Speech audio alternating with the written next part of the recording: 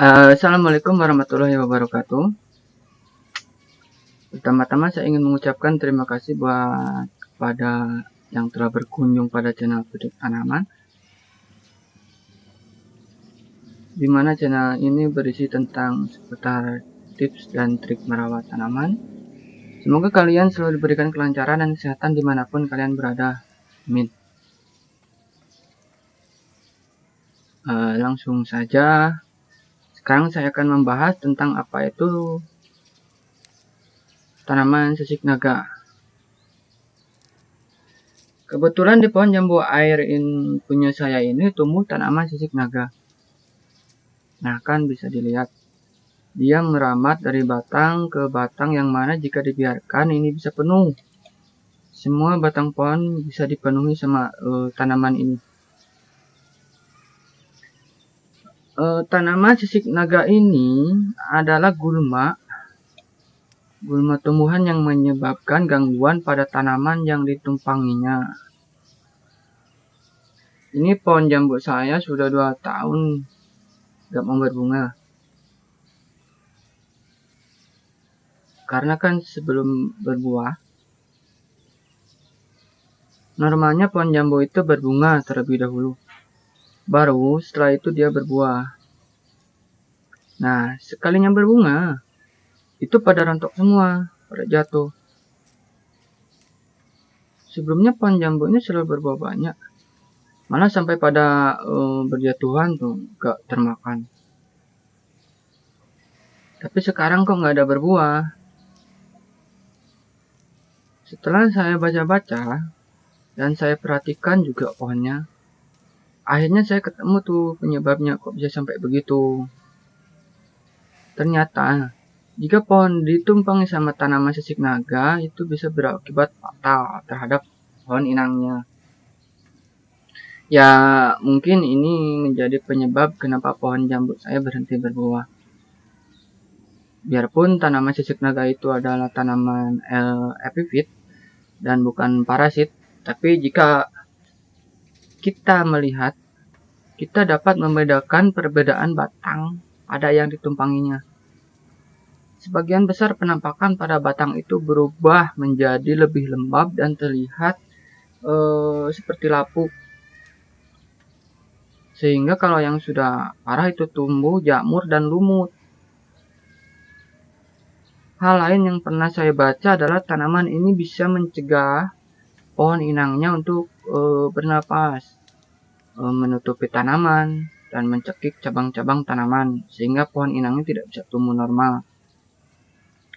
Selanjutnya bisa berdampak pada daun muda, pucuk, tunas, dan bunga.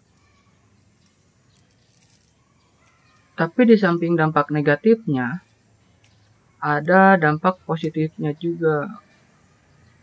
Ada yang menjadikannya sebagai tanaman hias, ada juga yang sengaja merawatnya biar tumbuh pada tembok atau pagar tanaman yang terkesan lebih sejuk. Ada juga yang menjadikannya sebagai obat herbal yang bisa mengobati berbagai macam penyakit. Tapi sekarang saya mau membuang sajalah, karena ya alhamdulillah keluarga saya sehat. Mungkin nanti jika ada tetangga yang mau, boleh saya kasih aja. Nah, jika ada pertanyaan kenapa atau penyebab tanaman sisik naga ini kok bisa tumbuh, itu karena kurangnya pemeliharaan pada tanaman kita, seperti pemangkasan. Pemangkasan itu penting loh, dan banyak manfaatnya jika kita melakukan pemangkasan secara rutin. Ya, salah satunya bisa mencegah terlalu rimbunnya tanaman. Jadi biar nggak terlalu lembab. Jadi usahakanlah tanaman kita jangan terlalu rimbun. Biar cahaya-cahaya matahari tuh pada masuk di celah-celah daun. Nah, terus pengendaliannya bagaimana? Pertama, kita bisa atasi dengan cara teknis, yaitu dengan cara pemangkasan seperti sebelumnya.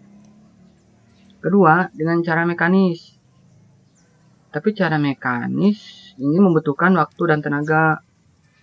Kita harus mencabuti akar tanaman dari pohon inangnya. Nah, saya menyarankan jika teman-teman mau mencabuti tanaman ini, alangkah baiknya jika mencabutnya setelah hujan turun. Karena ya jika kondisi batang kering, itu susah. Bahkan bukannya terlepas, malah si tanaman sisik naga ini waktu kita cabut bukannya terlepas, tapi terputus-putus. Nah, ini saya kebetulan habis hujan, jadi bisa sambil saya contohkan proses mencabutnya.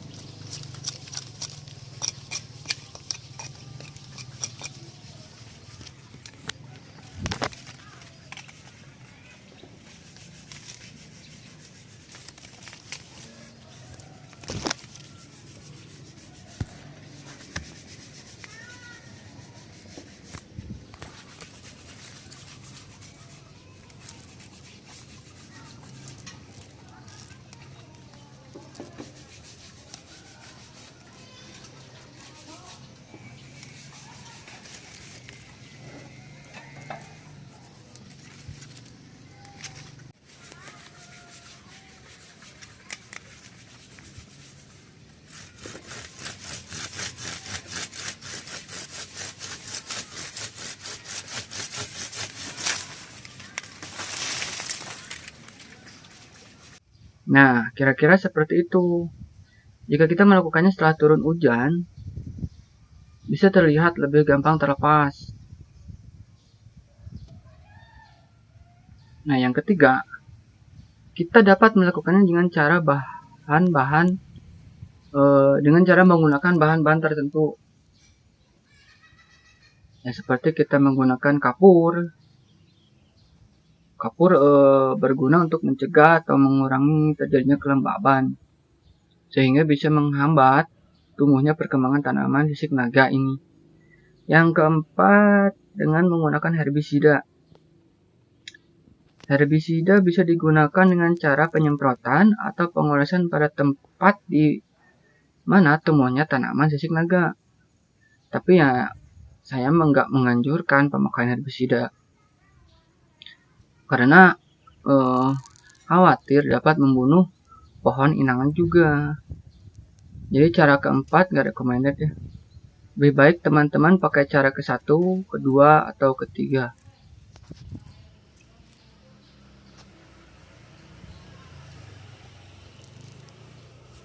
Nah, sekarang pohon jambu saya sudah dipangkas, sudah bersih. Semoga aja di musim berikutnya bisa berbuah lebat lagi seperti biasa. Mungkin seperti itu informasi dari saya. Semoga bermanfaat untuk pohon jambu saya serta untuk pengetahuan teman-teman sekalian dimanapun kalian berada. Jangan lupa subscribe, like, dan komen bila ada pertanyaan. Saya dari channel Pucuk Tanaman mohon diri. Wassalamualaikum warahmatullahi wabarakatuh.